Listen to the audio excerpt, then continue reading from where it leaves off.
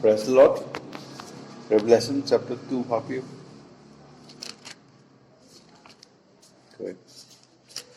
To the Pergamon church is the brother. Okay. Revelation chapter 2, verse 13, no pavio.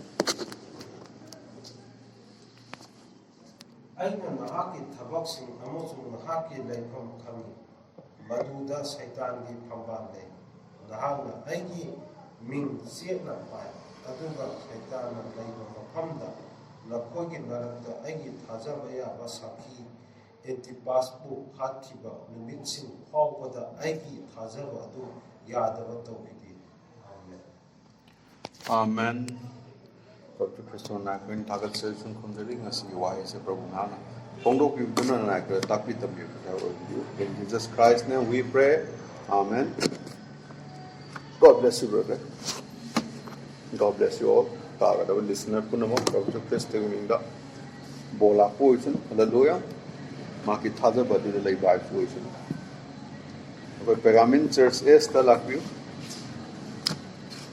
Ruga ngasi se khoge Satan kadai da phamage where Satan sit is Satan ge phamban Satan ge phambam hallelujah amen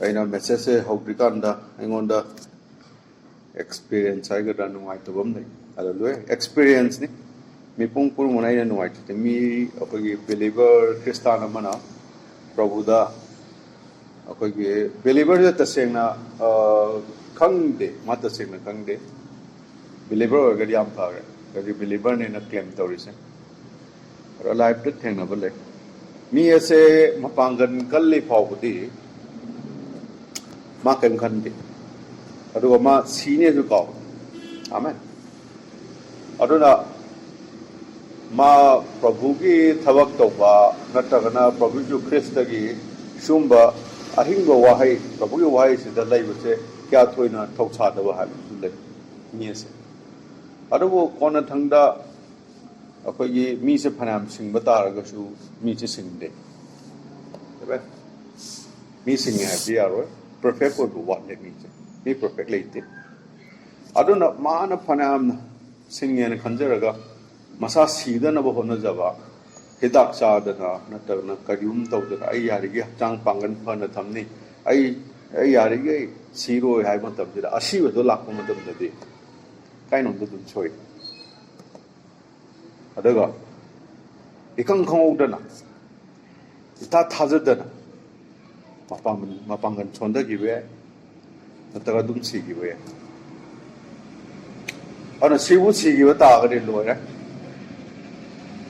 ma kem to ngamore Prabhu Yesu Krishna mana hana Prabhu ki thawak khara tawge na khanjaramba du su dum loire du ma sibu si gari loire ana kem to ngom amen adagiri mana tawribu ki matung ina akhoi Prabhu Yesu Krishna ki white home justment de du leire just tawni isna hojik se ai gela ta amna ure dumba Prabhu ki thabak tawgena hana khalloga masa ki thabak hana tawbadagi maram moiduna masa sum sonjan giba nataga ahan khanga oisalakpa nataga magi matab kakchen giba manga bukta ana Prabhu Yesu Krishna ki seba tawge na haiba ta ga de ai ngasi tawge natagna haing tawge natal laiwa matang chahi du de tawge haibdo adu tawdam phai bara brahmana ke hai Bible na so Prabhu ki seva tawge khalapura ngasi dum tawro amen ngasi sire dum tawro ngasi pai pan ni ek khan man dum ture seva tawro Prabhu ki natagadi haye unadab desu ai thande do ko unadab se dum noi na gi se khang de ko kam paloi ni amen anoje hingi kan sida pangan Prabhu na piri kan sida awa ko hing sine ju khang Karam khangdi anu seba tawge du ngasi se ti phai lai ko nu mi amen mi amana khalama ga amdan si gi bana tani kana matam chakra magi amen अदो अतौबदुदी मा hallelujah प्रभु की थौजाल मंगोंदा ले where Satan sit is कोई ngasi के title नहीं शैतान से शैतान के सिंहासन न तक फम यंगो the reason that अपने टॉपिक पे चंगे the reason that this is the part of eulogy of the spirit is because these brave soldiers of the cross were overcoming Satan right in the midst of his own throne room. Aduna yango asigi hari sugi maram asidi hari maram asigi maram sidi apagi atma sina thagat pa harau tam ba prabhu thagat pa prabhu ki thabak tawa tawi mat akoi kaigina da mathona le na thabak tawi cross adugi calvary gi dabakta ana moina tawriba thabak sing punamak se अखोगे सैतान की फंबाल लेरबा सैतान ना पालबा सैतान की मरक सिदानी प्रभु की थबक तविस तव याद मरक तुदा थबक तु तवे अरुगा मखोइना अखोगे लानमुंग क्या माई पाई प्रभु की ममिंग ओंजुम प्रभु जो ख्रिस्त की थाजबा दुदा लान क्या क्या माई पाए अमंबा दुदा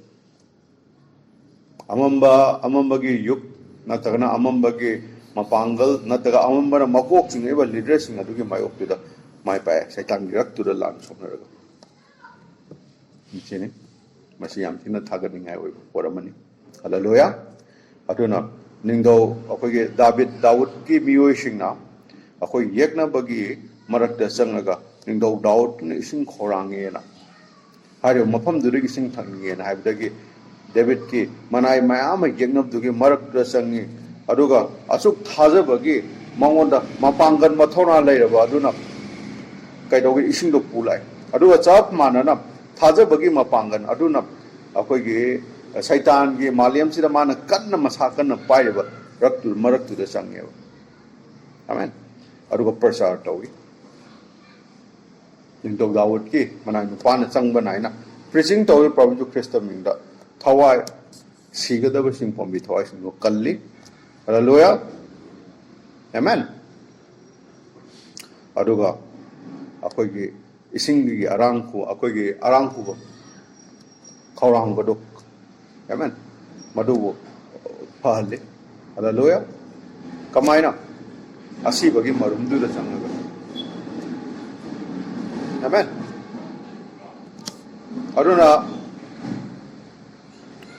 हाइरिबा अखोगी where Satan sit is हाइबसिगी Matang सिदा कोई येंगसी सिगी मतंग सिदा दुगा येंगसी सिगी Satan से अखोगी and the Satan's realms of Satan के अखोगी लमदम Satan के realms दनी are a part of God praise his elect अदुना हुजी अखोई Satan की मफम दनी अखोई लेसे सि devil es नि फत्तवगी युक्नी Satan माना सुपाई पाइना पाइसन गमनी सिगी मरक सिदा लाई महान खंदोक मी अदुना लाई महापु थागत लिबो हालेलुया अदुना यंगो अदुगो मखोइना कई हारे डेविल लंग माइथी रेना मागी मयु मक्त चंगागा शैतान की मयु मक्तुदा चंगागा मयाइ दु लेगा शैतान लंग माइथी रेना आइरि अगो लाई महा की चर्च से मतिंग ngal ingongam de church sina khudum chan de lebo शैतान सिगी मयुम जे Chang La मयाइ amen ngasi ki thongani Pergamos Satan ge singasan amasung mahaki leipam haide Satan thrones and dwelling place ni ana haide se akoi ge kenoni sege Satan ge singasan amasung Satan ge leipam haide por se akoi na yengum matam da di si sumna sum asengba mande sum इतिहासिक अमदसुम इरंबा नतगना सुम कल्पना अमनि की वाखन सुम खले हारिबो Y सिद चंग बतागदि अरो मसी असेंग बने अरो मसी इतिहासिक तसु इरबी मसी चुम्मे हाइबसे अगो पेगामो से तसेंगना अखोगी शैतान की फमफम सिंहासन लई अदुगा शैतान की लैफम नि पेगामो हाइबसे हाइबो कुम मसिद ओय अदुना मसी असुमाइन सु थोई कमाइन थोई से मखा दा हाइजरके अरे पैगामों से तसेंगना शैतान की सिंहासन और से अहम शैतान की सिंहासन हौरफम से पैगामों से नती Satan Pegamos the Horte Babylon have said Masi Mahaki like from the Maki headquarters in Babylon have said Aduga Masi Babylon have said ceremony Aduga hiding from the satanic worship the way our Satan you madu horrible way Madu Okena Mayoron gi chapter Tara verse Nipan Nagi Tara of the Pangi Shumni Bible Saster Sida Amasum Kursna Nimrod Poe CUSI Kusto Mana Nimrod Poe Aduga K Mana Maliam Sida Akogi South or Matiwan Saki Lane Mana Pan Bahore Aduda Hadiba Mahase Nimrod is Sadan Boyrami Masadali Masamu Pai Mi Punas and never Havani Aduga Matunda and the beginning of his kingdom was Babel Aduga Maki Ningtore say Babel Dani Babel Oirami Amazu Maki Ningtore say Eric Oirami ERECIS Eric Oirami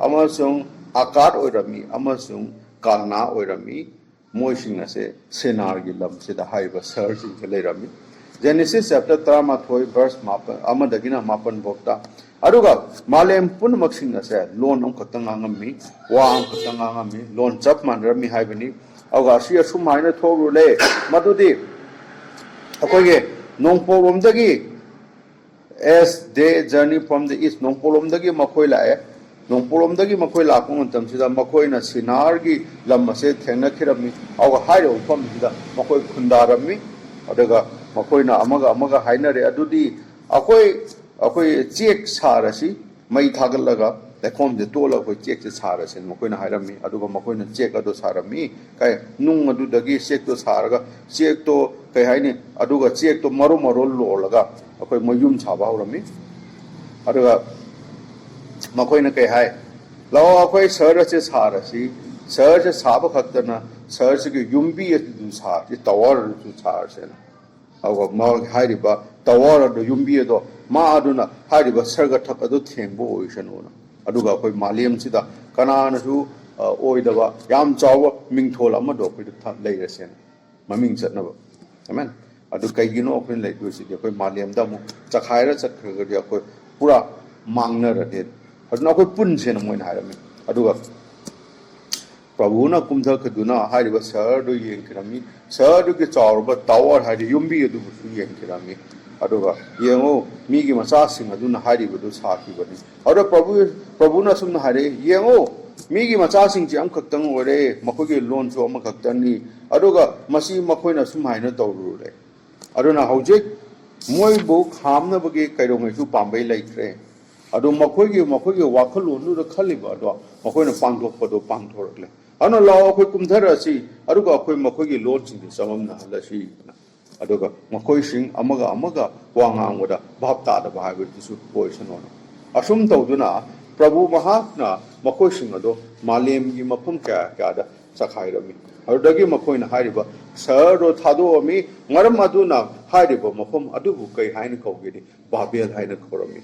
Aduga Babel Kawimam the Prabuna, Mapum Aduda, Makogi, launching, Samam Handuna, Malim Punmaka Sakai Kirami. Babel had some of Navabini. Our high Badu Dagi, Prabuna, Mapu, Prabuna Makoshing, Adubu, Lamna, Pitiki Mapum, Kayaka, Punmak, the Mahu, Sakairam. Amen. On a Babel say Magi Horpase, Magi Maming say Babylon Highway Shorvani, our Babylon Highbagi, Wanto, Asina, Samam Nava, do Highbani.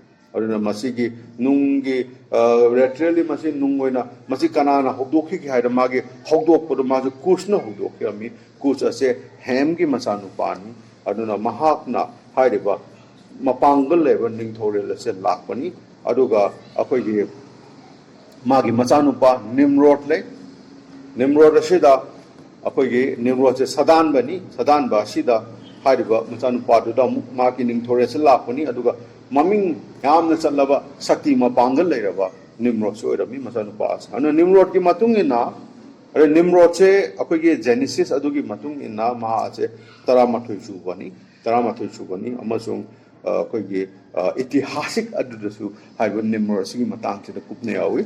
And a Kedaway. Our Nimrod not told you say Akogi Ninoki Pandam Lake, Nimrod na Pandam Ahum. Pandav अहम थमी निम्रोड ना आमेन और निम्रोड ना पांडव अहम थमी से निम्रोड अहम बड़ा पाम बसिदी याम मपांगल लेबा जाति मान सेंब पाम किरमी अदु मान तौ किरमी अदुगी मतुंग दा मान पाम से निम्रोड ना मा मसामक की धर्म संदोप पाम किरमी मधुमक्सु ओय किरमी अदुगा महान पाम से मा मसामक की मिंग से मसी मयाम पुनमना पंगनबा मा मसा की मिंग से थागत मयाम पुनमना मधुसु ओय किर पुनम ओय किर मान खलिबा मागे पांडम पुनम माय पाक बाय दु ओय किरमी अदुना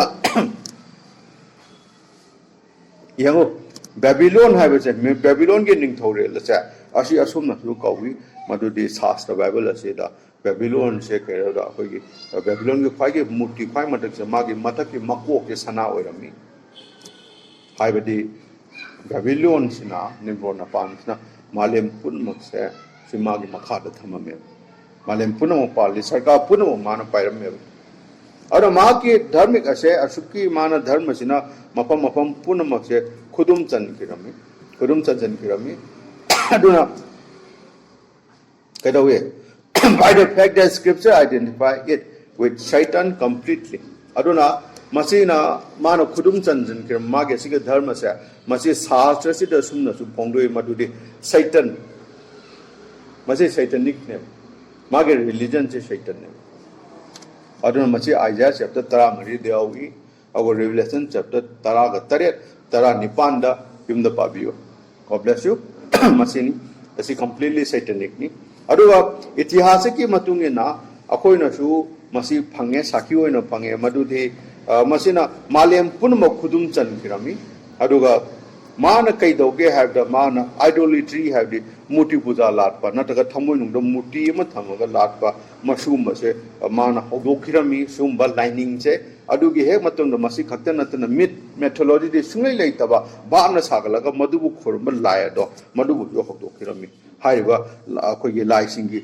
मफम ममिंग क्यामोम लेरमी very different name of gods अदुगा लाइगे ममिंग क्यामोम लाइ क्या अगर लाइगे सेक्शन क्या तो खाइरमी हाइबा से कदोदा मा मागी लमगी मतुंगिना मा मागी मीगी लोन बे मतुंगिना हाइबा लाइ से अदि ममिंग जा खाइरमे अरुवा माना मा मसामक से मागी मिंचत तान खिरमनी अगो मा की तुंगिनबा मियो पुनमक सिंग से असी सिना सुमना सु हाइरमी कदोई for as long as this present as goes hozik lairiba masigi kumse lai makhai amen haibadi until Jesus revealed himself prabhu su christana ma ki majimanau da ma ki thajab sing da phongdok ti bokti kana ju khangoi kana khurumni haibadi prabhu su christana phongdok ti bokti haidiba idolatry nimrod na saba lai nimrod masamu ning basa masi ning ne bataviri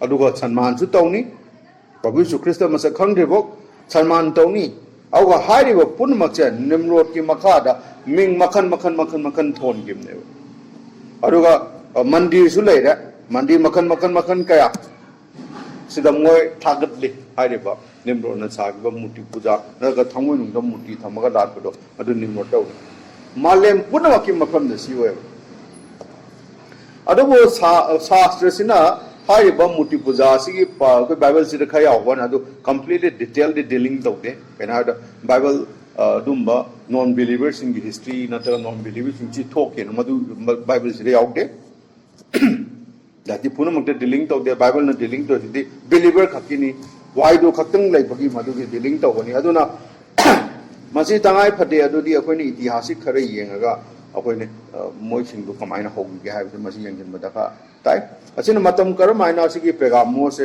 मसी शैतान की धर्म ओइबा कुमदु ओइरिनो हाइबदी Babylon religion कमाइ ओइरिनो हाइबसे मसी खंगदोकुदु दकाता अदुना या मरु ओइबा source हाइबा मसी की पाउ सिंग खंगनबा information सिंग अचे मसी अकोइना काइदे फंगेगी Egyptians अमसुंग Greece की culture मोगी मखोइसिन अदुदगी फंगी इजिप्ट कल्चर चपियोन त ग्रीस कल्चर चमतम द हाइदे पोड चकोइना फंगने मरम अदुना येगु कई इजिप्ट तगी इन इजिप्ट इजिप्ट के ले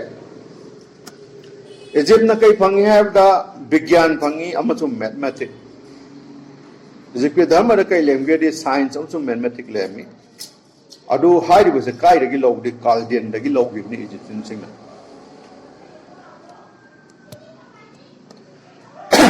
अमचुम काल्डियन दगी इजिप्ट ना साइंस अमचुम मैथमेटिक्स से धर्म दे मोय लोग रे अदु के मतुंग दा इजिप्ट दगी अमु ग्रीस ना अमु लोग बनेबा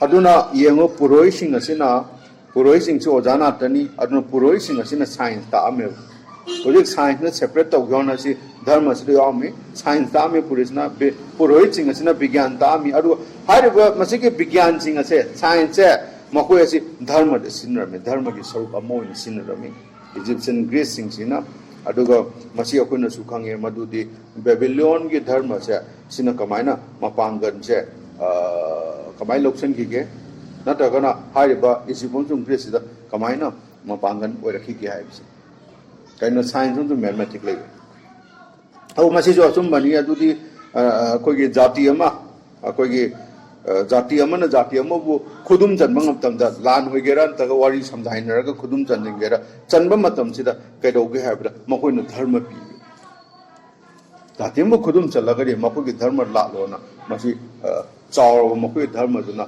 होजकी माइथी जाति नतग वांगागा माइथी हनब नतग हाइब पोसिदा मोगे धर्म दो अम धर्म दो मुथलकने आमेन अदुरी इतिहासिंग लोय खंगी पांगला मतम दे हिंदू की मूर्ति लोय थुगागा मोगे मुसलमान सिंगी मोहुं साइदिन अदु सिदी इनो नो पोनी हान अदु मसी मोहसा चनबन अदु अखोय मसी खंगी मदुदी ग्रीक सिंग असे कदोगे हाबदा मखोय से जोडिक हाबदे सरग थक्ता होइबा साइंटिंग स्टार की मतंग थॉम जागी मतंग मोयाम कागे हाइबा सिगे जोडिक साइन से काइदना बेबीलोनियन देनी बेबीलोन जु खंगी थॉम चासिन सि होइदि कै होइदोनो हाइबदो मखोय खंगी महाइरो पोरस अखोयना काइदो मु फंगे हाइबदि मची इजिप्ट की अखोयगे थाइना की अरीबा दुदु फंगी इदुना ले इजिप्शियन सिंग जो अन इजिप्शियन सिंग असिना ग्रीक ना जोडिक की मतंग ले थॉम चा नैनबि मतंग yang खंगी से इजिप्ट की ग्रीक ना सिगी ज्ञान जे लौगिबने अन इजिप्ट ना लौगिबा सॉरी ग्रीस ना इजिप्ट की लौगि से पॉलिथिज्म हाइबना लाई अनि लोंबन सु लौगि अन सिगी अथुप्पा मिस्टीरियस बेबीलोन से हाइबसे मसी संदोखिरमी जाति अमदगे जाति अमा संदोखना मसी इरो लोबदा कराइदा उरपगे हाइदा मसी अखोनो रोम दु रमे मसी चाइना द उखी मसी इंडिया द उखी अदुगा मसी यंगु नोमजुम साउथ अमेरिका दसु हाइबसे चाप मानना सिगे इराचबा खुरुमजबा मुठी खुरुमजबन त लायनी ओहुम लाइ मखन मखन के खुरुमबसे मसी अखोनो उरे होजिकसु उरी अदुना ऐतिहासिक थाइनगी होबा अखोगी ऐतिहासिक अइबसिन नसिन मसिसु यारमी अदि म एग्री तोमी कै बाइबल असिगा बाइबल ने इरम चुम्मे न मखुसु या मदुदि मसिगे बेबीलोनियन के धर्म से रिलीजन से असे मसि केनोने मालेम से दा हाना मीन लालम देव मालेम दा कनाम त मुटी बुजा लालम दे मालेम दा कना लायनी छि ओम जि लाइ कोटी ने कनाम लालम दे मै लाक्टिंगाइ ममांग दा historian sing sin loi khangyo si lai jam ta lalam deu si origin line nate masi di ihan hana thajaba adu dagi takna thokhiba adu ge ama uye khoi hana thajaba adu ge phed adu gi tap tam sun deptet tam sun thokhibne adu bo hojik la lebo khurum si masi mayam na khurum ne na lai na ko masi magi horokum leite मागे origin छुंगे लेते historian सिंग हाबी historian दा विल्किल्सन हाबी historian बाइस लेतबा मकोय अदगी millet हाबा मकोयना ताखरे मकोय मक्सागी अइबदुदा सोम थिबियो दुम फंगनी अदुदा खंगनी अदुदी हुजिकी India सिंग नतगना माइटे नतगे any मोय माम लालि पुनुमुसिंग से कनाना होगे निमरोड तगी थोकी बनातनी माची दुम खंगनी बदुना कदोरा अदुन एशियन की डॉक्यूमेंट्स इन मखोयना कलेक्ट तौवे अदु कलेक्ट तौबसदा मखोयना खंगी अदुदि मालेम दे मिपुंपुन मक्सा सेना ꯑꯩꯈꯣꯏꯒꯤ ꯂꯥꯏꯁꯦ ꯒꯣꯗꯁꯦ ꯑꯃꯈꯛꯇꯅꯦꯅ ꯊꯥꯖꯔꯝꯃꯦꯕ ꯑꯗꯨꯒꯤ ꯑꯃꯈꯛꯇꯗꯣ ꯏꯉꯝꯗ ꯉꯝꯕ ꯂꯣꯝꯕ ꯅꯥꯏꯗꯕ ꯎ ꯉꯝꯗꯕ ꯂꯥꯏꯅꯦꯅ ꯑꯗꯣ ꯃꯥꯒꯁꯦ ꯃꯍꯥꯛꯀꯤ ꯀꯩ ꯑꯗꯨꯒ ꯃꯥꯂꯦꯝ ꯑꯁꯦ ꯂꯩꯔꯤꯕ ꯄꯨꯟꯃꯛ ꯎꯔꯤꯕꯁꯦ ꯃꯥꯒꯤ ꯃꯆꯤꯟꯗꯒꯤ ꯉꯥꯡꯉ ꯊꯣꯛꯈꯤꯕꯅꯦꯁꯦ ꯃꯣꯏ ꯂꯣꯏ ꯊꯥꯖꯔꯝꯃꯤ ꯃꯣꯏ ꯂꯣꯏ ꯑꯗꯨꯗ ꯈꯪꯉꯝꯃꯤ ꯑꯗꯨꯗ ꯃꯣꯏ ꯊꯥꯖꯕ ꯂꯩꯔꯝꯃꯤ ꯑꯗꯨꯒ ꯀꯩ ꯃꯍꯥꯛꯀꯤ ꯂꯥꯏ ꯃꯍꯥꯛꯀꯤ ꯂꯤꯆꯠꯁꯦ ꯀꯩꯅꯣ ꯍꯥꯏꯗꯤ ꯌꯥꯝꯅ ꯅꯨꯡꯁꯤ ꯍꯩꯕ ꯌꯥꯝꯅ ꯐꯕ ꯑꯃꯁꯨꯡ ꯑꯩꯈꯣꯏꯒꯤ ꯃꯤꯆꯪ ꯃꯤꯈꯥ ꯅꯥꯏꯗꯕ ꯌꯥꯝꯅ ꯆꯨꯝꯕ ꯙꯔꯃꯤꯛ ꯆꯦꯟꯕ ꯍꯥꯏꯕꯗꯨ ꯑꯣꯏ ꯃꯁꯤꯒꯤ ꯂꯥꯏꯁꯨ ꯑꯣꯏ ꯑꯗꯨꯕꯨ ꯀꯩꯗꯧꯔꯦ ꯁꯩꯇꯥꯟꯅ ꯃꯇꯝ ꯄꯨꯝꯅꯃꯛꯇ ꯃꯤꯁꯤꯡꯗꯣ ꯍꯨ ꯀꯥꯝꯃꯦ ꯑꯗꯨꯅ ꯃꯤꯁꯤꯡꯒꯤ ꯋꯥꯈꯜꯂꯣꯟꯁꯦ ꯃꯥꯅ ꯀꯔꯞ ꯇꯧꯍꯜꯂꯦ ꯃꯤꯒꯤ ꯋꯥꯈꯜꯂꯣꯟ ꯊꯃꯣꯏ ꯅꯨꯡꯁꯤꯡꯁꯦ ꯃꯥꯅ ꯍꯨ ꯀꯥꯝꯁꯤꯜꯂꯒ ꯃꯤ ꯄꯨꯝꯅꯃꯛꯁꯦ ꯑꯩꯈꯣꯏꯒꯤ ꯀꯔꯞ ꯇꯧꯏ ꯑꯗꯨꯒ ꯁꯤꯒꯤ ꯑꯆꯨꯝꯕ ꯑꯁꯤꯕꯨ ꯌꯥꯍꯟꯈꯤꯗꯦ ꯁꯩꯇꯥꯟꯅ ꯃꯥꯅ ꯍꯨ ꯀꯥꯝꯕꯅꯤ ꯁꯩꯇꯥꯟꯅ ꯑꯗꯨꯒ ꯃꯥꯅ ꯃꯇꯝ ꯄꯨꯝꯅꯃꯛꯇꯁꯨ ꯍꯣꯠꯅꯩ ꯃꯗꯨꯗꯤ ꯀꯩ ꯍꯥꯏꯕꯗꯤ ꯃꯁꯤꯒꯤ ꯏꯔꯥꯠꯆꯔꯤꯕ ꯂꯥꯏ ꯑꯁꯦ ꯑꯦꯃꯦꯟ ꯃꯥꯅ ꯍꯣꯠꯅꯔꯤꯁꯦ ꯁꯤ ꯂꯥꯏ ꯅꯠꯇꯦꯅ ꯑꯗꯨꯒ 마부디 사발라이네. 세탄세 거기 라이 마나 사기는 저바 엘로힘 나도 마나 클레임 또 마나 이샤티엔. 어 아이 마이 마나 이슈 나티엔. 마나 레셈바 술레기티엔. 마마 타 클레임 또요. 마진 티브네도.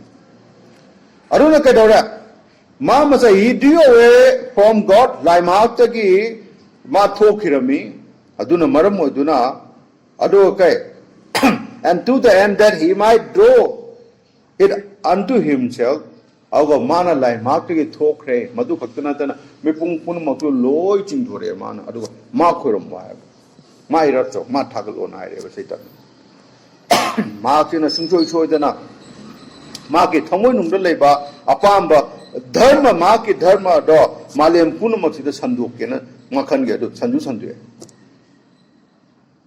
sandu ana masi yam asum gani aruna koi romance lagi phangi yam authentic koi na phangi romance the book of romance new testament de phangi ana ke when they knew God kamai hai romance ta makoi na lai ma khang ko matam duradi ma na lai ma pu ke they glorify him not as God lai oi na makoi ni ira chatre until they become vain in their imagination makoi na bam na sagat bane and through darkness in the heart accepted corrupted religion aduna makogi thamoi nunggi amamba aduna sige corrupted oiraba sige huga mo sige dharma se makoi loksan bane like anam khuram gidre to the extent that they worship creator aduna makoi na kedaura akoige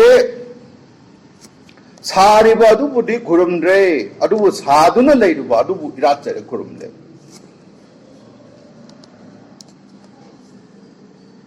사비리 버두도 고름데 사둔 레고도 고름메 로만찬 마두는 링정비요 शैतान से line सागी बनी और शैतान से अयुब की दुर्बलता धर्म sign से कौवे और खरे अयुब की मसा नुपा सॉरी अयुब की दुर्बलता नते मा एक दुर्बलता रे प्रभु ख्रिस्त ने Shede the son of the morning Ayub की ईसा नुपा न कौवे शैतान से और मसी अखोय न सु फांगी मदुम तौदुन अखोय न फांगी अदुदी मसी की अचुंबा से के मी अमदा me kaya da haiba tagari masigi asumba se and all had that one true adugo purmaksina khanga masigi asumba se da koi mateng panga ba khangpa tagadi there later came a day matamum lakani when a vast group me punama lai ma to onjilakane ba hallelujah siga asumba se khangpa tagadi aduna guys adugo spread a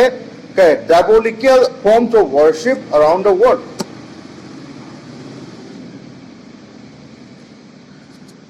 aduna yango sigi demonic oiba satanic oiba irata base malem puna magda sandwe mahana ana itihasik tina shaki ori madudi kaino haida masi those of the tribe of Sem ge tribe singer sa okay hongbo leitina le stood with the unchanging ahongbo leite Sem ge tribe singer jagoi Sem ge lineage ni aduna akoi ahongbo leite akoi khangi like an anos amen akoi de hongbo leite siga sumba se where the solid oppositions of those Ham who turn away from the truth to the devil lie our hem gi masa sing asina hari ba chum ba du da gi thok raga saitan adu gi aran ba chin thi ba du da mai on jan gi sem gi masa ri ngasi pu le hallelujah ana hari ba sigi hem dung sem gi masa gi matang da koi discussion to gi hai ba gi thodona matam leite matam na ya pi de amen keno kai matam nam kai aduna koi amorom don chela si god bless you yang monotheism haibdi lai am khaktang sidagi polytheism chila sang lai ani na babylon sang lai am ko lem do lai ani na hai gre babylon do amasi shaitan haibdi fattaba diawol ma na chin thibani magi aran bani man aran badu haibani aduga masi devil gi athupani devil gi athupani madu hogorak lami madu lepami lai ma ki achum badu gi mayok tira manan lepami lai ma ki athuppa do hai bodu gi sar adu gi mayok tira mahana lepam na shaitan na taseng na kai do ge hai bada malem sangsar sigi lai do oi kirami aduga mipung pung mana mahapu hai di sigi sajana ba se sigi sinthi ba se mahapu irat cha duna mahapu harau tyam lau kong dana mahapu thagalami maduna kai wala causing them to believe mipung punaman thajale that ma se taseng na shaitan je prabhu malu de anumain to boda gi aduna dharma lai ani haibagi lai ani ni khoirabagi dharma se ani ni dong bi dharma se masi masi kada the polytheism religions of the enemy began with the Trinitarian doctrine aduna yango lai ani ni haiba se masi se kai dagi ho ge haiba da akoi ge Trinitarian doctrine da gi ho amen lai ani dagi lai sugre and it was very way back there in the say antiquity that one God in 3 persons yango aduge sidem akoi ge thainagi ariba matam adu dagi haidi thaino ariba matam adu dagi kedoge da makoina se lai se mi ohum na haiba idea se mayam pun mukta thamgre lai di am khaktani adu lai ki ahum da le na poly dagi trini akogi Trinitarian sida lakre ana lai ama mi ohum da hojik ke dora how strange that our modern theologians have not spotted this but Abraham na idea do yam ngak tra ngasi ge theologian sing asina masi ju bab tang den odi trinity chat pa mayam chi leina masi akoi khange saki koi phange historic to bible dagi phange masi shaitan mayam ge mamita mayam ge mang du uchai bane masi oidab ne adu theologian na ngasi bo pulpit lepaga church lepaga madu khangdo ko ngam di adu makoi hojik chu dum thajari lai ahum sorry god had ade lai makok tu da kedoge da mium lai si mium den to kre yang je koi si shastra dagi yang chi kai shastra ki yang chi it is not strange that well say descended of Ham when on their way of satanic worship shastra si koi yang matam che Ham che Genesis se ke do ge da mo koi je sat kre lai tha do ga Prabhu Christ Elohim tha do kai chakra Satan worship to gre ana Satan worship makoi na Satan je ira chabum matam sina makoi da concept lai idea lai na concept lai em sina that there is not one trace of the descendant of Shem believing such a thing or having any ceremonial worship that involved even a type of it aduga yango Ham na lai na smain khoram bandu Shem gidi ngasi phawa Shem macha sing se lai khoram de tengnate layam ka khoram mi ngasi tu layam ko khoram atai tengnate aduna masi ka ju ngai le tin akoina masi akoina kedawi Hebrew sing kina thajra mi amen aduna kai hai tau Israeli sha nakoi gi prabhu aduna habri nakoi gi lai aduna hai madudi kaino da nakoi go che lai am khaktanen amen aduna makoi se ahum moi ba ta ga di amane na hairam moine am khaktani ana abraham se kanano chen ki akogi sem gi machana tani aduna Genesis chapter 18 sida masi ui aduri lai am khaktani aduga abraham da dut ani lai lai khaktani pa abraham da aduga dut ani lai adu pa abraham lai am khaktani na lai sem masa se lai ani su din aduna dut ani ni lai do amana lai ne da pa abraham ngome amen adu bata agadi sigi trinity se kamaina tholai no trinity se kadai digi lai no yengsi yeho trinity is a equilateral triangle lam lai triangle the side shape samana equilateral triangle lam lai masi se kadoke ranga si rom da chu masi dum lai ri from the masi ki expression jinga chu dum lai ri inga ngna dana pramanta equilateral triangle na triangle si di ahum longi do masi rom tele aduga hadi base hebrew do ginate hebrew concept nate rom da di triangle se equilateral triangle se moi concept ni hebrew nate aduna kanano bu chumni se hebrew ra babylonian la bu chumni se yango asia ki lai ani longba tataga lai ahum se kind of way and one came out in an image with 3 head on one body asia da lai ahum longba am nei kawan taw ye lai gi masa ma lai gi body di masa de ma mako ahum long asia da diam la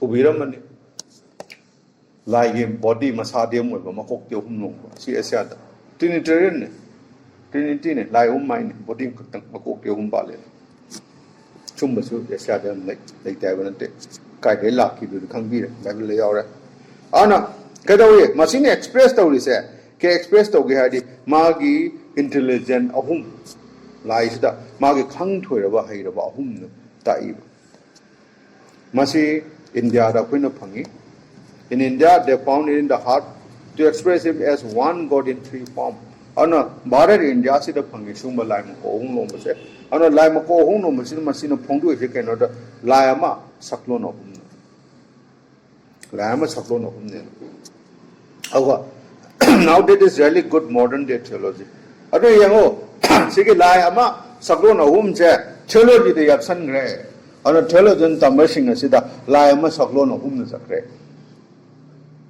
Kristan du change si spirit yang je japan da great buddha na lai buddha sigi mako hum longi hana gi doina buddha su mako hum lon ge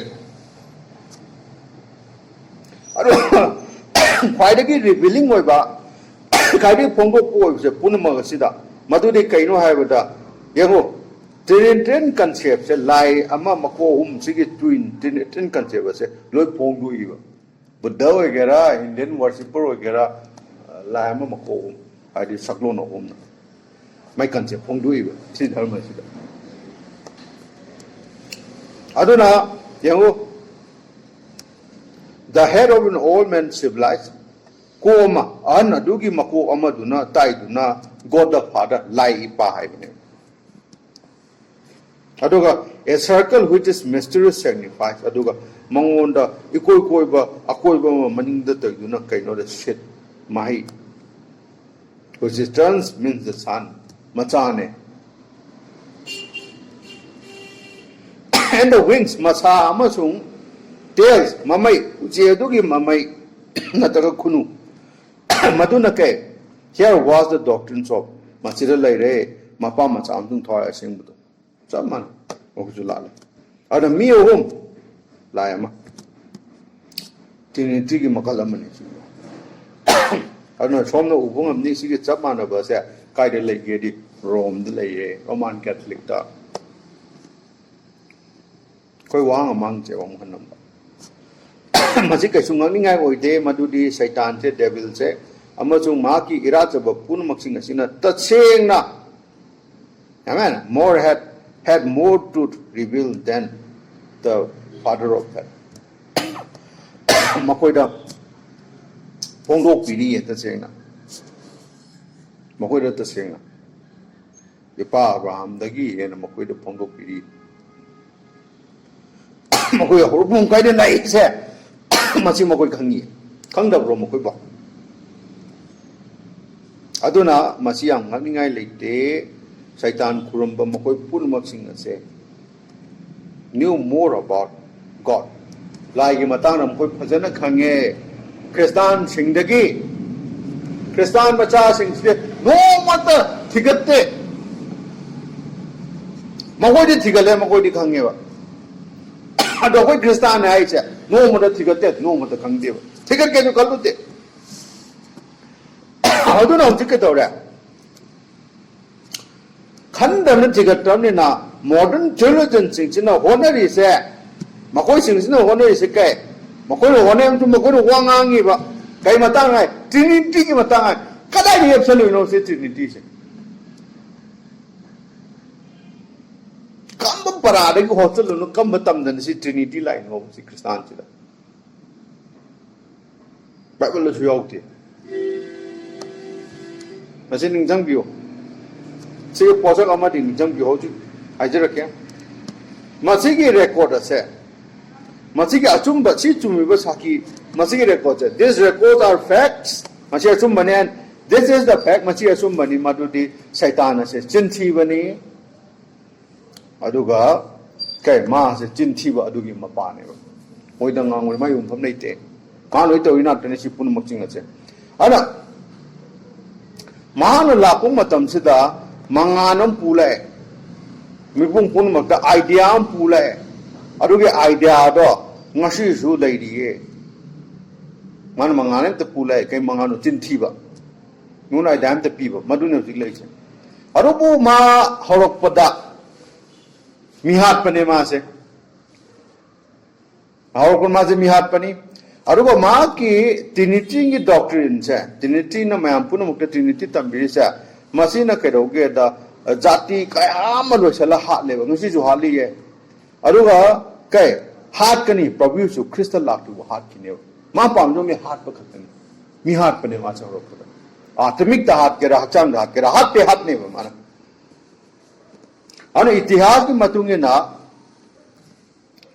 ꯃꯁꯤ ꯏꯀꯨꯏ ꯀꯨꯏꯗꯦ ꯃꯁꯤꯒꯤ ꯑꯍꯣꯡꯕ ꯂꯥꯛꯏꯁꯦ ꯍꯥꯏꯕꯗꯤ concept ꯀꯩꯒꯤ concept ꯃꯄꯥ ꯃꯆꯥ ꯃꯇꯨꯡ ꯊꯋꯥꯏ ꯑꯁꯦꯡꯕꯒꯤ ꯁꯤꯒꯤ ꯀꯟꯁꯦꯞ ꯂꯥꯛꯏꯁꯦ ꯃꯁꯤ ꯏꯀꯨꯏ ꯀꯨꯏꯗ꯭ꯔꯤꯌꯦ ꯁꯩꯇꯥꯟꯅ ꯍꯥꯏꯔꯤꯕ ꯄꯨꯡꯐꯝ ꯑꯗꯨꯗ ꯑꯆꯨꯝꯕ ꯑꯗꯨꯗꯒꯤ ꯊꯣꯛꯈ꯭ꯔꯒ ꯃꯁꯤꯒꯤ ꯁ꯭ꯇꯦꯞ ꯗꯤꯁꯤꯖꯟꯁꯦ ꯃꯥꯅ ꯂꯧꯈꯤꯕꯅꯦ ꯑꯗꯨꯒ ꯃꯥꯅ ꯀꯟꯁꯦꯞ ꯑꯃ ꯏꯚꯣꯜቭ ꯇꯧꯈ꯭ꯔꯦ ꯂꯥꯏ ꯃꯥ ꯀꯃꯥꯏꯅ ꯈꯣꯏꯔꯝꯅꯤ ꯍꯥꯏꯕꯒꯤ ꯑꯩꯈꯣꯏꯒꯤ ꯃꯥꯅ ꯀꯟꯁꯦꯞ ꯑꯃ ꯃꯥꯅ ꯐꯣꯝ ꯇꯧꯈ꯭ꯔꯦꯕ ꯑꯍꯥꯟꯕꯗ ꯀꯩ ꯂꯣꯡꯕ ꯅꯥꯏꯗꯕ ꯏꯄꯥ ꯍꯥꯏꯅ ꯃꯥꯅ ꯑꯃꯨꯛ ꯍꯥꯏꯔꯦ ꯑꯅꯤꯁꯨꯕꯗ ꯀꯩ ꯑꯩꯈꯣꯏꯒꯤ ꯑꯥꯠꯃꯥꯒꯤ ꯂꯥꯏ ꯃꯍꯥꯛ ꯑꯗꯨꯅ ꯍꯛꯆꯥꯡ ꯑꯣꯜꯂꯦ ꯏꯟꯀꯥꯔꯅꯦꯠ ꯀꯩ ꯍ꯭ꯌꯨꯃꯦꯟ ꯃꯥꯗꯔ ꯅꯨꯄꯤ ꯑꯃꯗ आत्मा की लाइद नुपी अमदुदा ह्यूमन माटर ताइबुंग मियोइबगी नुपी अमैना हक्चांग अदुना माजे सायनारु ले नाहाय वखन खन ngमदबो सिवा अहुम सुद के है सगता की संथोरबो मचा मासु सायनारले नुपी दुसु लाइन हायरे अग सायनारले नुपी अदुगी माई ओयुरे सायनारला सिने डेविल ने सैतान ची अरबो सैतान की हौरक फंदी लेते ना मागे हौरक मागे ओरिजिन दी सुंगे लेते अदुना he hasn't actually worship himself yet ngas hoji phawwa macha khoram gre mapa khoram gre mama khoram gre ma khoram ba se shukti ta di lakri indirectly budi saitan loi khoram adu lambi du ma ma khoram no onjal la tuni adu ma khoram ba se ngasi bokti completely like patab di kanam khoram dina adu ne ma man tan ho ne last mongon onjal na ba anu kaya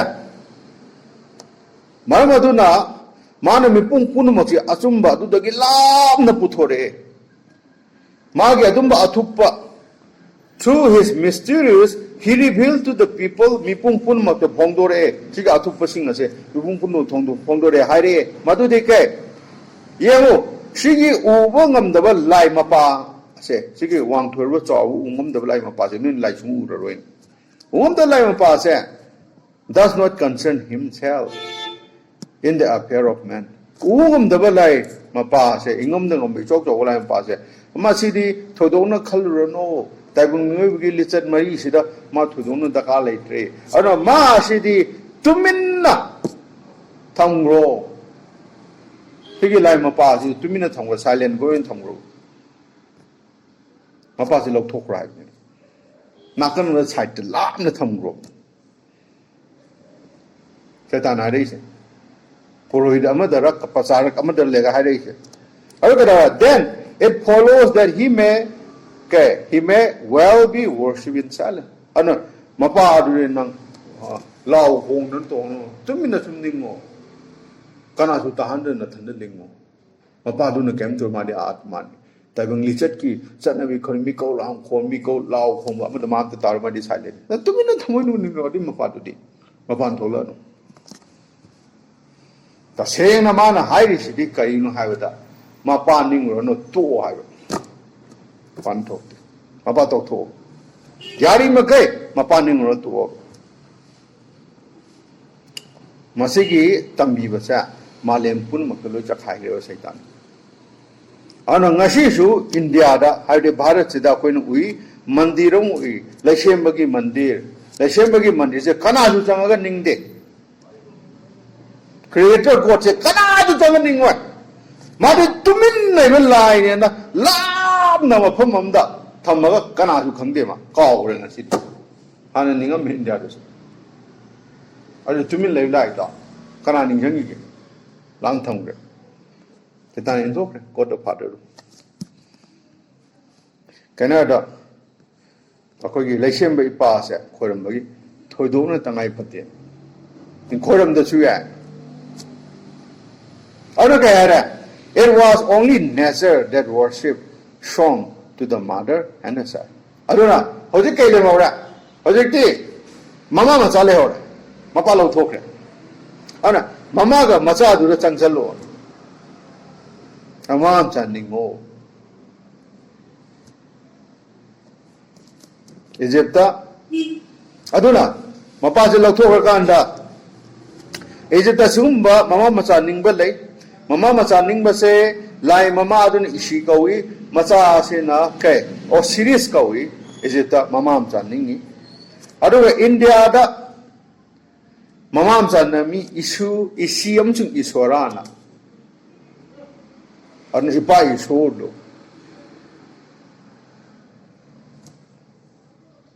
isor yam hai no mi pung punwa lai wai ning de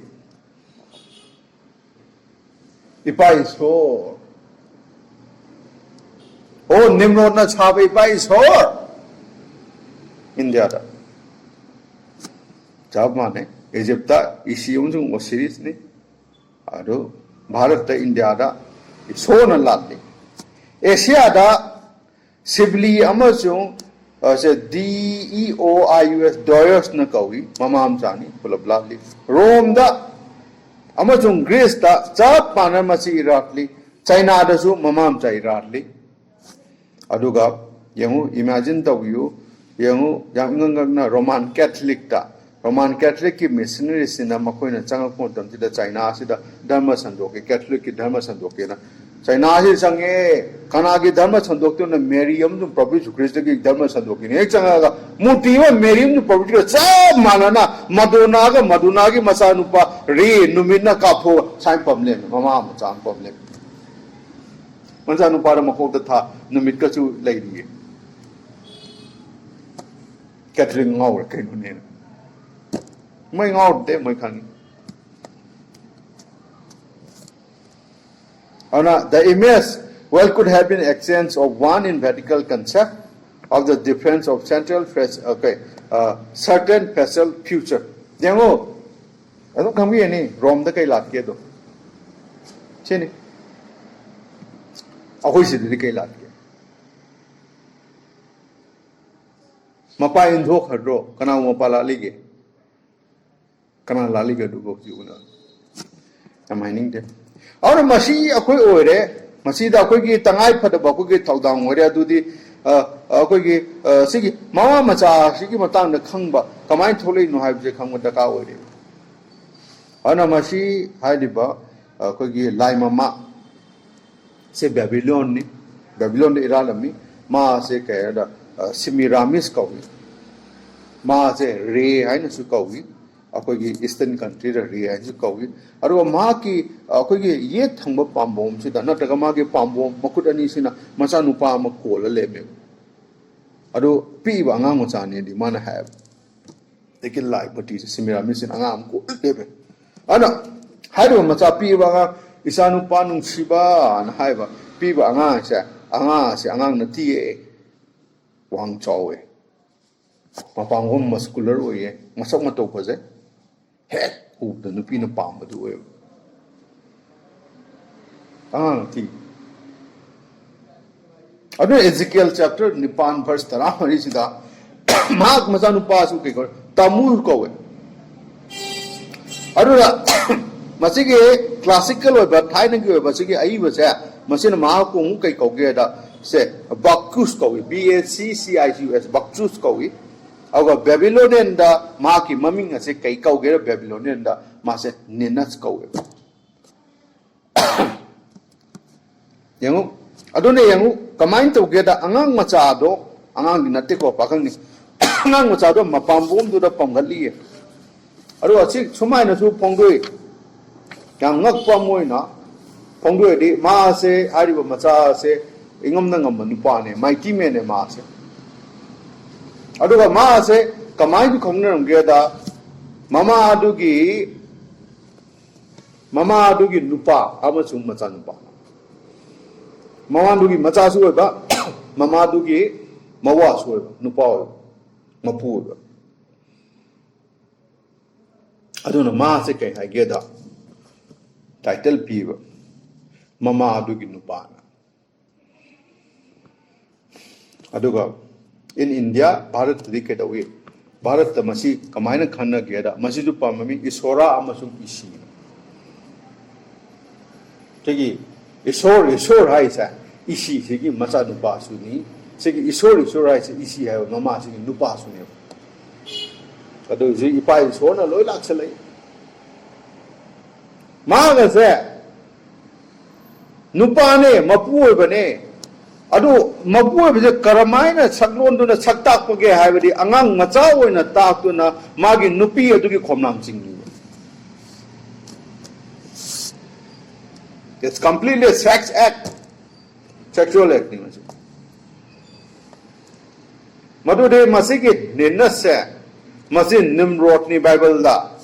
Ninase Bible Nimrod ni aduga ke can be affirmed by comparing history itihasik te yengu Genesis ki account phakalaga yeng diyo.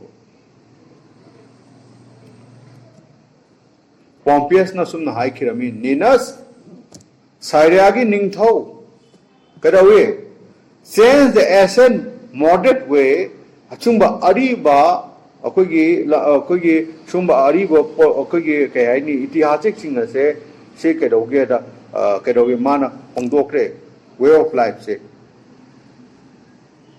sigo ariba gi punji so hongdokre ado ke by the desire of the conquest adi mipung pun mo khudum janawa saina lat na loi la lena. And he was the first who carried war against the neighbor. Yang usigi Ninus highway se, highway di sigi Nimrod se, man ahamba lan. Malim se tau je man. Matamder mi lan puna se na wahana tunai je made hai. Mana magi lun na ba ningdoren pan badu nata kana mal lidram pan mana lan tok se lakudum jan ne. Aur mana ke Syriadagi ribrada leba mipung pun makse ma langi kadawe langi lalong je mahirami aduna loy khudum janjan gre Canada Syriade librabu leba mipunung je lan to hiti ana kanam hiti lan heba mipuno kono amta hiti ana Dodrius na sumna hai ke haide Ninus was the most ancient Syrian king ni Syrian ki khwaidagi ariba Syrian singi ningthogi marakta Ninus ariba ningthoni itihasik sida mention to the lan gi matang da aur ma se lan pame अगर मागी मियोइसिंग दो लान तंबीबा नासिंग अदुदा लान कमाइन तौने लान की आर्थ तंबीबा याम साथीबा लान अगर माना he brought Babylon under him Babylon se magi makhada purai whereas yet there was no city of Babylon Babylon have a shahar jamta lem da du Babylon se shahar city leitingai mamang da mana Babylon se magi makhada purai achim togduna akoina masigi nines asina kaidoge da Babylon se music ki shahar se ade Nimrod sina analem de mana se bani ma maming thon bane sinargi tampak tu da mana si Babylon se lan tok selaga mafam da loksal laga adagi di mana shahar sem gre aduga kaidoge build Babel shahar sare aduga kai took over Syria loksal le aduga hariba mokogi lamsing adugi mana ningtho ore ninasina Nimrosina madudai kaidore mafam maga thangna ba lan haitaba lalong haitaba pun maksing ado lan matang tamana loksan kidam si itihasik ni Pompeius ni igibani Nimrod san loksan gi ma loksan gi dilwano hojik kaidore Genesis chapter 10 sida haiba Nimrod ki ningtho lebak sigi matang sida sumna I madudi kai the beginning of his kingdom was Babel magi horokpa ningtho rachi Babel ni aduga mana muk sarong sai Eric na sai amsung Akar na sai amsung Kanel na sai kanara Saner ki Sinar ki lamjila mana sai hai kunum lal to loksala sagram awa hai ba adu dagi out of that went forth kai thole Ashur thole aduga mana kai sai nene ba sai awa kela matang sar matang loi sa arubo translator aduna itihasik iriba translator aduna asoi bam toram man asur de translate to matam sida noun in a say in translating asur as a noun for its verb noun in a transport to me okay noun in a want to ki ram madu verb ne and in the kaldi have ki want to si di yam na kallaba to make strong akan bam saba haibane si se kitang translation soigi bo adum tawduna yeng maka haijerage aduna koigi asum tawduna Nimrod se sima pangayam kalli ma se Ashur haibasini aruma ma pangal and kaldi haibasini kan base adu lammo in thojan ge ma pangayam kalli aduna ma china mana magi ningtho lebak sa khirami aduga magna kedoge haibada magna Maliam se the quite ahamba lan mi do mana linkatuna mukoi punuma lan gi drill zatpa lan kamai shongani sa kamai na hat kani mi kamai na hat kani se mana tamira me man tamina tan ada ma je sinargi wangwada ma chat kre ma ki ma pangal level lan mi punamuk singduga awa jati punamuk mana loksal laga shahar saba hore shahar adugi faming je sunna nene ba kawi dona which was named after him magi matungda athon bani Nineveh se Ninasto and even today a chief part of the ruin of the city called se hojiksu area chi Nineveh se ठीक है Nimrud ko si sahar se lady pangbigan ya si papiyo do Google chappiyo ana kadawi yango sige ninna se koi na khange ninna koi na discover to no si phange and maka jathasi so now it is necessary to discover who is part of what ninna se khangma ta ga di that is in Nimrod se ninna se na ade Nimrod se ki mapa se ninna se ki mapa se kanano itihasik ki matung inna ma se bel oirami aru Babylon che mahana linkat khirbarni se ki bel se na ana kadora now it is to be noted here that Bel founded it is in the sense that he started his whole move but was son Ninus Bel jina hum bani Bel na chat paw bani sigi se sigi idea sigi concept se da adu matung da magi masan pan Ninus sa bin Nimrod sina mapagi khongmi li bani ago ma ja amning to oirabe adu matang hoji mamangi haigi matung na madu pun moy aduna shastra ki matung inna Nimrod ki mapa se kus oirami CUS Kusni, Kusna Nimrod, for me. Okay. Masikato Venate, Kadawe, upon a Panga to the Hemna Kuski Mapazu Kangi, Hemna Kus Pome. Adudi Kus, Ham, Kus Nimrod. Aduga, Hojikadore, it's a culture da, Hojo is a culture da, Bales here. And a bale as a Makuna Kahako Geda say Hermes Nakoeva, ICRMES. Hermes Hanakawi, Hermes have a say, Egypt Namasi Latli, our Hermes have you one to the son of Ham Havene, Hangi Masa Havene. Down it Haziki Matu in a Sigi Hermes have a say, Maasi, Akoigi, Muti, Puja, Lapa, Muti Pujas Havagi, what Patoku or a me, Auva. Maase prophet ni. Idolatry sing prophet ni. Man hide mutis ni sarta puto kimne. Okay. Lies sigi mingko se man interpreter me. Mana sige lies sing pun makim man tholami.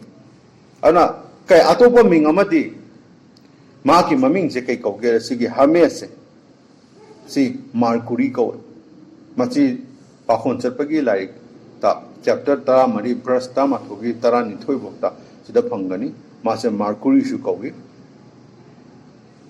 aduna ityase ki ba hygienist na sumna hairami ISYGINUS hygienist na sumna hairami adu ka this is about that God haribal laidu ki matang dudani about that God who was known variously as Bel hygienist na ai kai no She lie to Matama lie one ray. I don't know, Master Bell hand to Kangami, Hames hand to Kangami, Mercury hand to Kangami, etc. Lord.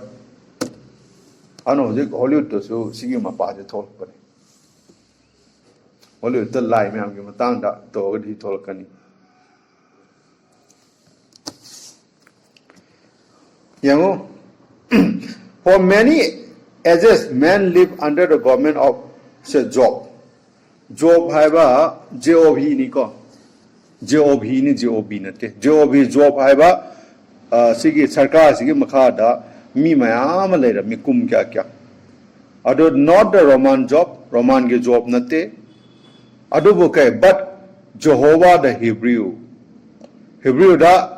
sing Jehovah ge makha da koi prabhu si makha da who predated Roman history ki matang da hana Iramavani, Sisi Organi, Hiraman. Without cities, without laws, and all speaking one language. Genesis or Moilonam Kutanga Mera. Adobo, Mercury Hibasiki Matunda, and but after that Mercury, Hiba Mercury say, Mercury with Belzuka, Arigi Kus, Natra. Wasina got away. Mercury is interpret away. Andore, one to Pire. Interpret the speech of man. Migi one talk to Mardi Paul Propenina, one talk to Nando Powder. Okay, Mana Masi interpreter when a Hando Podagi, my Maminjake go get a secret Paul's prophet say, idolatry Mutipuza Lapagi, oh, Tatoku, Man Mutisa, Saga Sila, Lucy Line, Siline, and Putorina, Mamokutaga, Sasaga. Nung de like come de saga sila am le sila in sinina man one to preponina on a magi maming sekai hermeneutics however ICRMENEUTES hermeneutics the same individual distributed the nation aduna masinani akoge jati kya mana khaido kip se aduna then discord began kadawe it changed from that bell to curse bell nataga sorry Bell not a secret course. I did Nimrod ki mapase. Prophet ni, false prophet, idolatry prophet ni. Kadore. Originally, Master Horapam was the ringleader that led the people away from the true God and encouraged the people as the interpreter of God to take another form of religion. Dharma mahudu kimne. Nimrod ki mapase na. Kada boge have the Mana Mipung Punwakse Asumba Lai Mahak Jova Mahak Lalam Basa Masidagi Tapna Putokim never came Masi Muti Puza lai ma am che mana sa ga lai chi ki wan to se loi loi pi ga silalu adumba dharma se mana au kira ara mi pung punu ma ta mana kai thona apa mi kadawi chalo madugi tawar aduda haidi ki big tower babel tower aduda adu kai mai ma chanu pa na sa ba tawar du na koi chalo ako maduri ram maduro khunda ma ha ra ba ma se ki encourage to was it on it's what brought confusion masidagi the corner confusion chalena mapan tadil paching cha duga mi punuma khaibum tare mi je khaibum ta badagi di kangau na re loi khena re ko genesis ta iram bagi matungina ebung apiu do kada we so that he was what kada we confusion ni interpreter suni nemrod ki mapa che अरे लोग मी सिंगम मुट्ठी पूरा लोग चलना क्यों नहीं हो money sorry पिछले की मफम क्या डा मुट्ठी अमा आनी ओ मरी मुझे पूजा पुपु उसमें चक्कर में लोन खंगना तो मुझे लाई लाल नहीं मुट्ठी पुपा तो रंगासी मालेम पुनम तो मुट्ठी चखाई रही से ने मोर में पाना नहीं कुसे अदुई मतुंग दा ये वो was the father of polytheistic system लायानी लोंग बगी मान हुदो खिमने अदुना लायनी लोंबगी सुंबा इराचबगी मपा से मान होदोकिम अदुगी मतुंगदा and when the man was defied by man he of course became the father of God aduna yengo kondang da mase kai oira lai mam du sare lai mam du mana layani ni lobo loi sa gamni na kondang da lai mam du gi mapa se gi kuse oire ma lai sam ni na lai mam du mapa se ma ne aduna kai lai ma pa ore kuse nimro ma pa sina lai ma mi pa and now kus was called bel how je kuse ka hang kawi je kuse bel hang kawi aduga bel se roman methodology da kai haina kauge da janus kawe aduna magi mai thong je mamaya ni longi and he carried a club by which he was confounded and scattering the people. Let me see this one.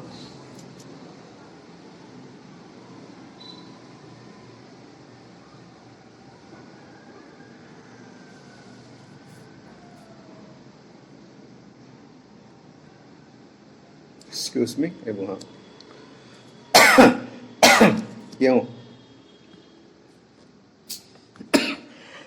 Sorry, I'm coughing openly. Mama ani long natra, and he carried a club by which he confounded aduna hariba mama ani lombo ugilaedo manadu pure natra mana pure aduga kedora mana pure musing the pire auga hariba musing ado mama ani ni lombo lai mama ani ni lombo lai mama hu lombo lai the mi lo no babylon lai mana confusion to guri mi lo no pupulo chakre ji muti puja le lai ne kusina Saba, Mako Anini, Mama Anini, Anini long with the Lopu, Anna Orbit Sina, hide orbit itiasi, Ivamani, orbit Nasumne high, Asumne Ikiravi Madudi, Janus was concerning him saying Mark of Kimatang, Ma Masama Kimatang, the Hizamatum Genesina, the Asen called me chaos. Aduna, Aribashing and Hinamasa Kayanko get a chaos. Kaya mapamang kang dawa tugay ba ako gi laitabom kangan dawa gyan mangan ba ang korom ti mapa mana ne confusion for age ano obit na kang hire me ba sige nenes asya chaos ne mang tahan ba ma won mani confuse man thon mani mi pung pun magtanga si lai pakat makhalala ga ko gi Jehovah Elohim Prabhu Christ somewhere this mana ne si asumna akoina phange madudi Bible da sigi ku se phange aru ma se tasena lai amak khakta haiba se masigi mayok sida lairamba magni sungaya do magni aru magi maming se belju kawi belesu kawi hamesu kawi jenasu kawi loi kawre mathang loi kawre markuri su kawi not extra aru na kai miyoising asina ariba miyoising asina mai mingke ame my minjam tole majalai on gre. And okay. asina taurise kana mayam da revelation am pulai si lai si matang sida lai si matang no wan to handok pa lai si matang sida ma no phungdok pi dana si lai si na shi ni jang si lai si na shi ni revelation pulai interpretation pulai me pong punum to lai du matang ma na tai ado de ai ba mit ki ai ba lai matang na ngang sing si kai lai no masina God bless you. Kedora. Where I am. Aduna si matang sina manata. Aduna kedora. I'm here. And in so doing, the cause of the wrath of God to scatter the people. Masina tauduna laima ke sorok tada. Mipung pun mache loi thugai gade. Hide Babel na nimron thawa serge to boza dem tena teba. Sige thabak sine. Dharma sevam bane. Dagi saga thaktagi Prabhu kumdharaga, Dutching kumdharaga. Masidi one language di mas pakta na loy lon man lon loy kedan bane. Ago mipung kuno mag loy confused tore ama khagum ta do loy chakre. Now up to this point, 6 points bo koi khange. Akoi na ure madudi politism che, liani che. Na taga na kai lai maya ma khoram ba se karai di hokke che koi genesis ta gi khage. Adubo somna na koi na sisu khangbi bo ba madudi karoge da we also found a mentions of the man named Kus se koi na phangi Bible sida who was given a titles of the father of the gods lai ma masigi mapa lai am gi mapa ha title sigi kusida pi da bra pina aduna sisu somna khangbi bra madudi Hariba Ariba SNG methodology sida masigi matang sida ibane magi matang sida madudi layam singche kai the gods identified themselves with men ana layam singa se mi amamga ade laidogi maming mi amamga identify to laidogi maming le laido mi oina dum uya oyo lai mi lo oito lai mi lo oina nupi gar nupa gar ming bi salon de loi le ba lai si muti puja sing che aduna that is why a center worship comes from ari bagi ira to se masile la aduna so we might just get away we must just examine history to find out about the essential God thaina gi ari bala isa apoina thidopom daga tare amen well it was brought out Masih Sumaino or Madudi Kusna Akoigi Lai Ahumse. Have the Kus introduced 3 God worship of Father, Son, and the Spirit. Kusna Sigi Lai Hum Jog Dokibne. Nimrod Kimapasina. Have the Lai Hum Kade, Mapa Masav, Dun Toya Sim Kusna Dokiban. Or Masigi Lai Hum say, Cha Mane. Aduo, but he knew Manakami about the seats of the woman coming. Ana lai hum sidi samane adu nasigi kusina ju khangi adu nupi ma dagi mahiyam lakne se macham lakne se ma khangi nupi imgi le sabiyum dagi macha lakne si kusi khagam aduna there would have to be a woman nupi im thule bam thwe na ma khangi kusina ago nupi dugi macha am thule bam thwe na macha nupa am thule ma khangre boledi kusin aduna masigi maram moiduna this was brought to pass when Nimrod died. Nimrod says Shire. Si maram moiduna. Nimrod Shire. Ago Nimrod ki nupi Simiramis se. Si muna tabi important hai. Nimrod Shire. Ago Nimrod ki nupi Simiramis se defy him. And thus made herself a mother of the son and also the mother of the God. Aduga defy tore lai di siya bro Nimrod sigre lai si ne ma ngak tori bako ana lai siya de lai se kai de lai incarnate tore man hai Nimrod to si de no gi lai mayam lai Nimrod su de si re pa ka si de na ma de incarnate tore kai de putor si lai re mama bukang ba seminar mi se Nimrod ki no mi se no pi se ano no lai di si de na kai lai si lai re si lai na si pu mang si na po kan de mai nu pa we re Mama in Tirude. Mine part, Chow, I didn't no madam low. On a lie, Mamma. Lie the poor man, I do like Mamma, my way. Just exactly as the Rome church have defied Mary, Aduna, Roman the Kai, Prabhu Christ the poor Vanina, Mary is a lie, Mamma. Sam is pretty brother. I don't mass a pop late, see Mamma. Our master like Mamma. On Haribo, Nupi Mark, Simiramisa, Marsin Kakawi, and seminaries called Nimrod, Nimrosina Kahankawi, say, Zeros Asta Hainakawi. Semiramis Zero Asta Kawi, Zero Asta Habagi one to Fidke, Nupi Adugi Mahi. But it wasn't too long until the woman began to attract more attention than the son. How do we get over? Masanupazi Kajito no Toy get re, Nupido on re. Positive. Oh, Mother Mary, Queen of Heaven, the Sacre, probably Crystal of Tokre. As soon as Kedaway, Purple Tuna, she was the one who depicted the trampling underfoot the serpent. Purana. They call her Queen of Heaven.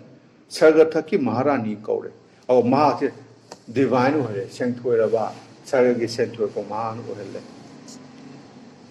I don't know, Nasi Manadro. Nasi Mary later. Mary is a Yashugi Mama. And have been elevated by immortality. Imam Mary Shiro.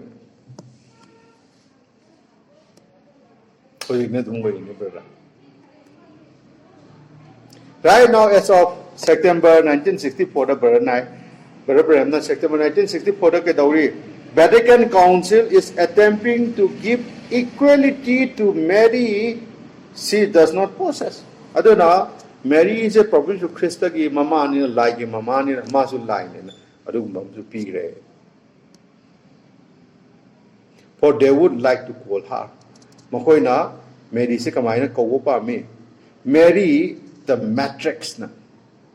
MEDIA, matrix na. Mary the matrix na. Mary the matrix ki one talks to the Mary, however, Mama, Mary the mother of all believers. Tajaba Pumbagi Mama.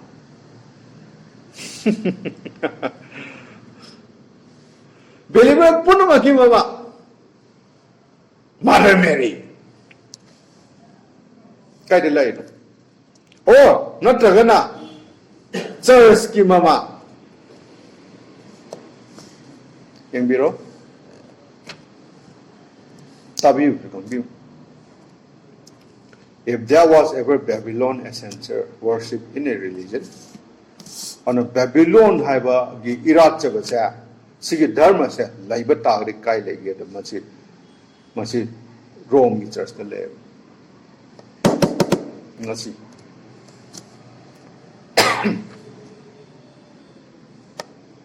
Aduna, not only was essential worship originated in Babylon, Babylon dagi sumbari wa irat chabase hawu kaktanatana, but so also kadawi was the worship of nature. Prakriti to lachai moina. Aduna kadawi.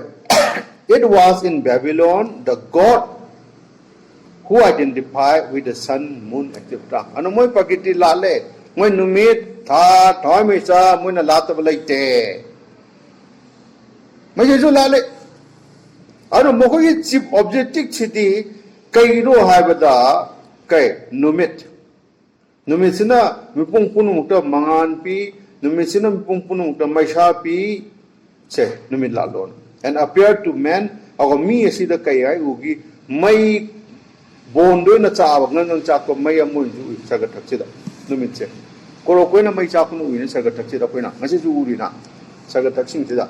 Ano sum taw do na chip boiba maku boiba lai ase maku boiba lai se kanano di numit sine numit lai sine ano numit lai ase pusale ba mo ko na ano numit lai ase Rome da mo ko na kay ko gera bal ako kino sorry Bible sorry si bal ko numit ko numit puja to bal ko re later bro you numit ko mama often the sun was depicted ano numit se kai kamaina mayam puno hai koro ko no gang chap ni numit se aruna purpose thuni kui the soon around the flame was appeared ano koro ko no gang chap ko siri ko kui da na din question gre numit da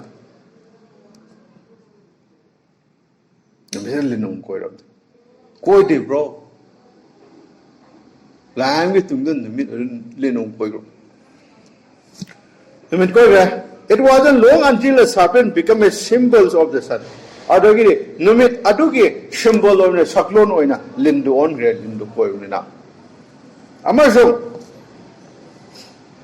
amasung ke conquest worship len goram gre daide len goram mon len goram gre len ko numit question gre numit pu ko re len dunana numit lok thok re len oi khorom gre thus asum taw duna shaitan gi thamui nung da apam do pang thoi ma nam pu len ko re le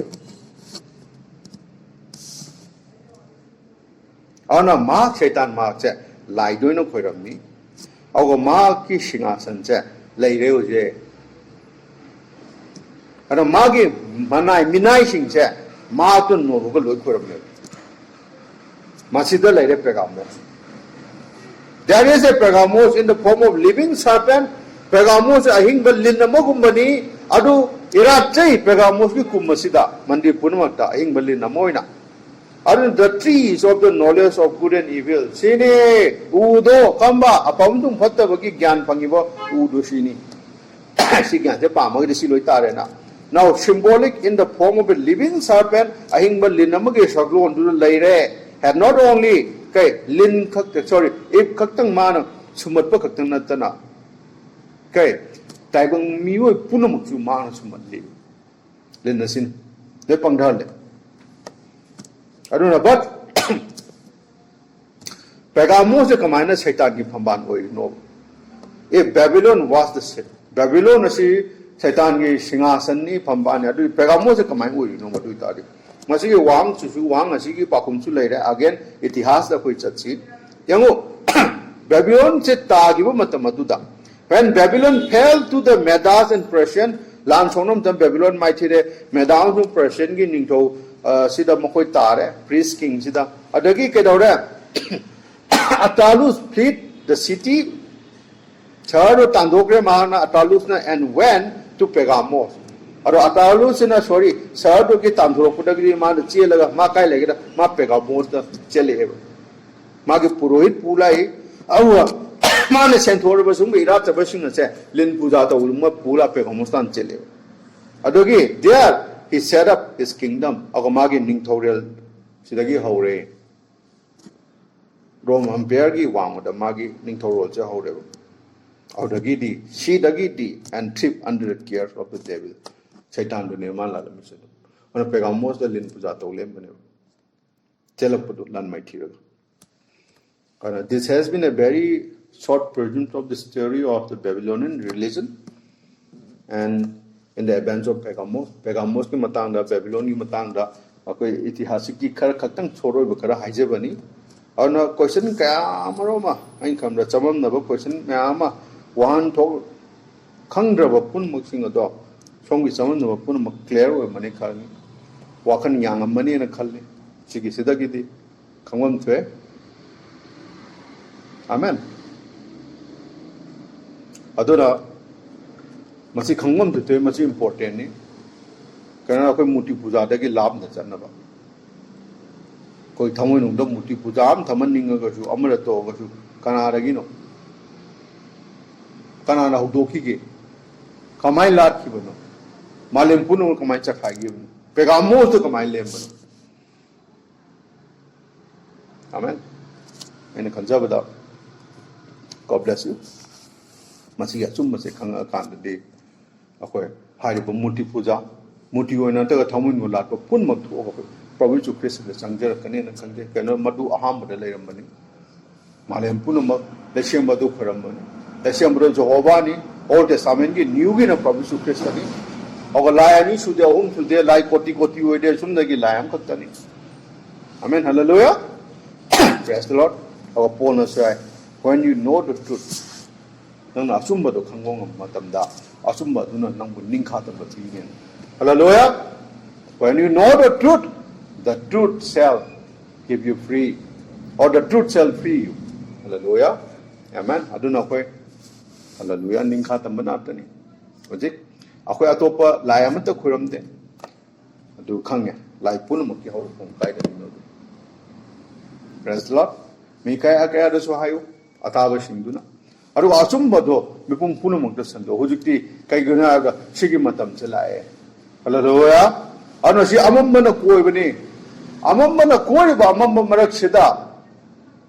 Hallelujah. Believer Prabhu Su Christu ta se da thajaraba lanmi sing aduna amamba shaitan gi shakti adugi mayai adugi landau bani. Hallelujah. Magi khayat tagi lai magi macha sing puthorok pani chingdorok pani. Amen. Magi mana phai ba khud adudagi chingdorok pani. Hallelujah. Masina maram moiduna sigi saman sin maram moiduna achumba khangduna achumba sina puna machung thokpa so oisanu. Amen. Akoi pandam amata leite. Koi pandam amata leite. Koi sumna tege koi pandam ni Prabhu Su Christa ni. Hallelujah. Achumba dupuni achumba se kaino wahi ni. Ana Prabhu na kahe noi atma tung achumba ipadu irak chon. Aruna atma di Prabhu na koi de pigre. Hallelujah. Sigi pombi thawai je saitan na saba natte natak moi kusna natak nimrod na saba natte sigi pombi thawai je sigi pombi thawai se ipa mahat tagi lakpani karama creator ne laise ma maani ara pombi thawai mo tagi lakna kara tagi lakani. Hallelujah. Aduge same creator madu creator akoi na ngasi chuppa chu akoi ki thawai pipi ni se akoi hakjang pipi ni se mana semani akoi ki hakjang su akoi ki pombi thawai su mana semani adugi lai sem ba do khoi no khoram ke lai tra na sem ko ba do kai khoram do no. Hallelujah. O khoram boy koi kana su khoram boy akoi no khoram ka da akoi ki hakjang ase sabi ba akoi ki pombi thawai so le si mo sabi ba adugi lai sem ba do khoram ga ne. Hallelujah. Akoi sia sem ko khangam ni na akoi sem ba do lai ni. Amen. Ora mana sabi ba dum ba thawai do Maduya Madura Laksaro, our Masiga, Chumba Bible, I did Prabhu Su Christus in the Sango Sea Wise Mahati Rato Ipana. Hallelujah. Madum Ripana Nashi going Yengi. Praise the Lord. Hallelujah. Prabhu the Sansi. Prabhu Su Christu na question at Takachun from Jerry Prabhu. Prabhu Nana Nasi Lambi Hangire Prabhu. Prabhu Christu Nana Nasi Asum to Tapi. Hallelujah. Is so have a lale. Isi yung iswara dagi lakpani. Hallelujah. Amen. Prabhu na ako thakat sa risi punong pongdok piyam damtam. Ako ni iswari pa iswari na ayaw mo tamsin. Sige kus na chat kre. Sige saitan na chat kre. Maag to ni rat chare. Aro maag ni lai nate. Maag po sabi bom le. Mado na ako yung lai. Prabhu Su Christa. Elohim ni hallelujah. Kuna ako thakat sa risi krum jari Prabhu Su Christa. Na po irat chari. Ako masiga summa sa mi puna mo sukhang bayo suo duna. Asumba duna thaduro duna. Mama ngai dagi hawak pa du dagi maro du ke khoram gi ba khu ke lai ma ka do ipale se mado madu khu ri ra cha du chak de dun khrum da ba chu se so no. Hallelujah. Na na masi phongdok pi nu tha ka sari. Hallelujah. Ako mo thadok pi nu tha ka sari. Ngasi de hallelujah ora Pentecost gi matam do lab ni na. Ngasi na na pe singa khong matam su de. Ngasi de satan na pha ba maroi. Hallelujah. Ngasi de ako gi jubilee ha do ore. Ngasi de hallelujah chahi yangai sure. Aruna ngasi de kana gomba abamba ki mapu du na pha ba maroi. Isai sana thokse ke ning kha tam ke ai ma ta ga ni kana na chu pha ba moi. Hallelujah. Aruna Prabhu ako ju thokse re ako thok ka do kaya thok pa ba su oi sano. Hallelujah. Ako thok pa ngam da ba du di mapun je su pha ba ai su re sano. Ako thok pa ne Prabhu Su Christa ki konga de thok pa ai su oi sano. Amen. Christian denomination like that. The Catholic believer na bi ngasi achumba khambata ri thok pa ju oi sano. Prabhu na ki madu ki pangal thona su ni jeri. Pina ba ju krum jeri oh Lord. Na ki thoja ki tam tu ang ko le te thagat sari. In Jesus Christ's name we pray. Amen. Thank you, Lord. Question na Prabhu Su Christa na pratna to sa mi pada. God be with you.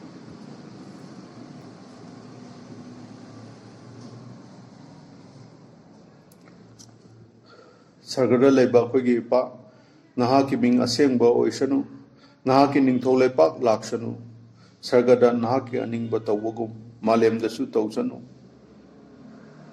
numit asigi akhoi gi nomagi chara pibiu aduga akhoi gi laman tonba sing akhoi na kokpiu gagum akhoi gi laman ju kokpiu aduga akhoi bu athemba tahan biganu adubu akhoi bu phattaba aduda gi kanbiu maramdi ningthau leba panggal amasung matik ngan lomba naidana nahakin amen. God bless you. Masigi church service provision Christian lawyer akhona thoki matamda aduga asum badu thok tu nei pam ha ta matam pun makta day and night meditate taw ha shu sunu au pam ha ke khongya khada amukana Thursday da sel gi matamda khongya kha chamjer pa shu sunu. God bless you. Lena tina lady provision Christian lena tina pun mukki ba shu sunu. In Jesus Christ's name we pray. Amen. God be with you.